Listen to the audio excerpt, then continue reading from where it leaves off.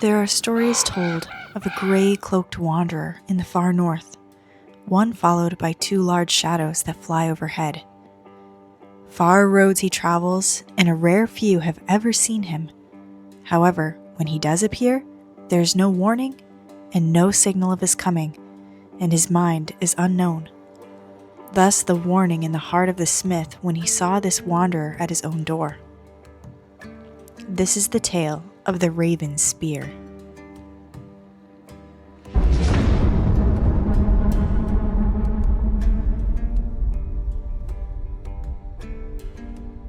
Not far from the North Road, the smith labored at his craft. Long a years he had done so, and now he seldom welcomed outside work, for his skill had become as much myth as the stories hidden deep in the cold woods that surrounded his forge. The day came when the wanderer visited the smith. The wanderer carried nothing and gave no name when he appeared to the smith. He brought nothing with him other than a request. "Forge for me a spear, for often I have heard of your skill, and if these words are true, then none there are that I would ask to bring such a weapon to life. A spear of myth and legend that may serve me in my intentions. None other than the smith of the north ought to do this thing." Even as the wanderer spoke, the smith listened with a warning in his heart, not for threat of danger nor weight of fear, but of what remained unknown. "I ask not of you what you may purpose with such a weapon," came the cold and stern reply. "For what blade I may wrought will find good or evil deeds without my knowledge or intention. But this I would ask of you, stranger, wanderer, where have you journeyed from? For I sense in your cloaked visage a man who has traveled long and far, and yet no weapon to fend off foe or beast. How be it that you now stand at my threshold, unarmed, now needing a spear of myth and legend as you bid?"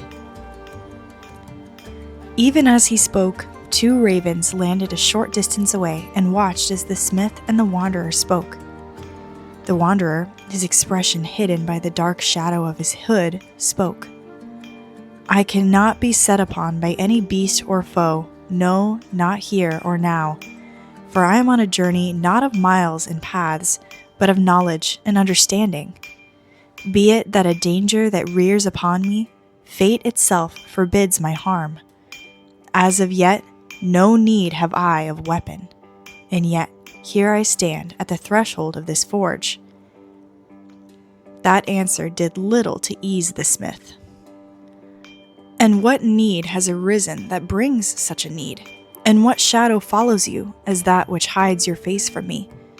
Be it that you now seek something more befitting the bite of steel." "I bore no spear to conquer kingdoms. In truth, every road hides wolves, every mountain demands a staff, and every truth worth finding asks a price. A spear such as this will be more than that to steady my steps as often as it may defend my life. It would serve as a reminder that wisdom belongs not to the sheltered, but to those willing to walk where others turn back. For my path darkens, as yet I have found what truth I seek.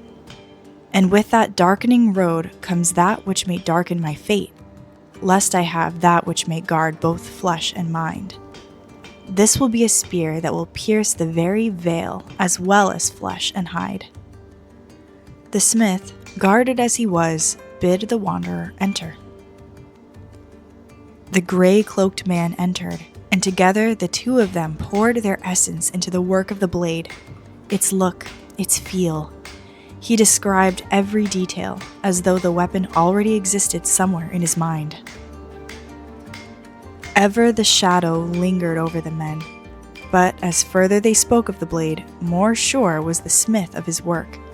So after many long hours, he laid down his pen and picked up his hammer. The spear of ravens would be wrought to life. The smith had made many spears in his life, hunting spears for men of the forest, broad-bladed weapons for soldiers, ceremonial pieces for chieftains who cared more for appearance than use. But the stranger did not want any of these. He described the weapon precisely. The spear was to stand slightly taller than the man who carried it. Its shaft would be ash, straight-grained and darkened by fire. The head would be long and narrow, made to pass cleanly through hide, mail, and heavy cloth. It must be light enough to cast, strong enough to meet a shield, and balanced so naturally that, once released, it would seem eager to continue toward its mark. "To open paths that have been closed to me," the wanderer had said. He did not speak like a warrior preparing for battle. He spoke like a man preparing for something only he understood. The smith had met men who desired riches. He had met men who desired glory. But he had never met anyone so consumed by the need to understand. Perhaps that was why he finally accepted the work. The forging began the following morning. As the first iron was placed into the fire, the two ravens watched. They perched upon the rafters and watched the smith work, reveling in the heat of the forge.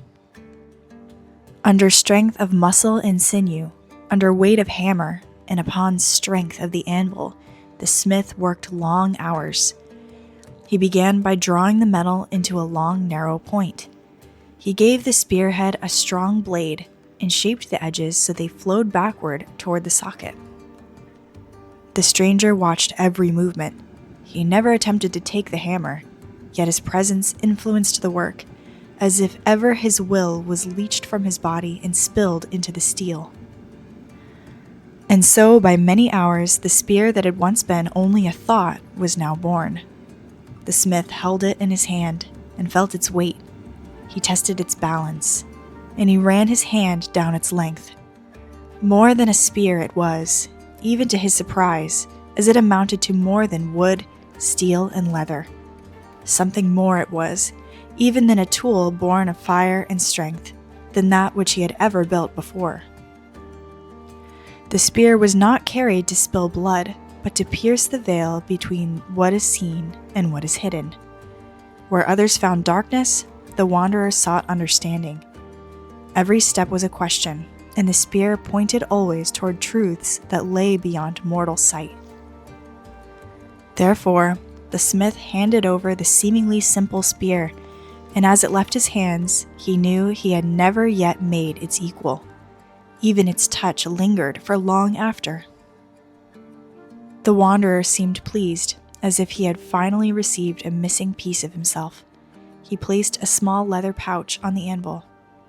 There was enough silver inside to pay for the work many times over. The smith tried to refuse the excess, but the wanderer was already turning his back. Exiting the door, he walked with intention, leaving the smith behind.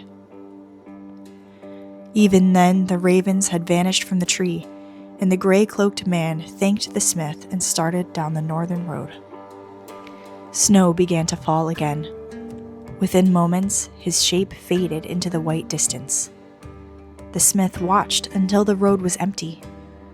He returned to the forge and found a single black feather lying beside the anvil.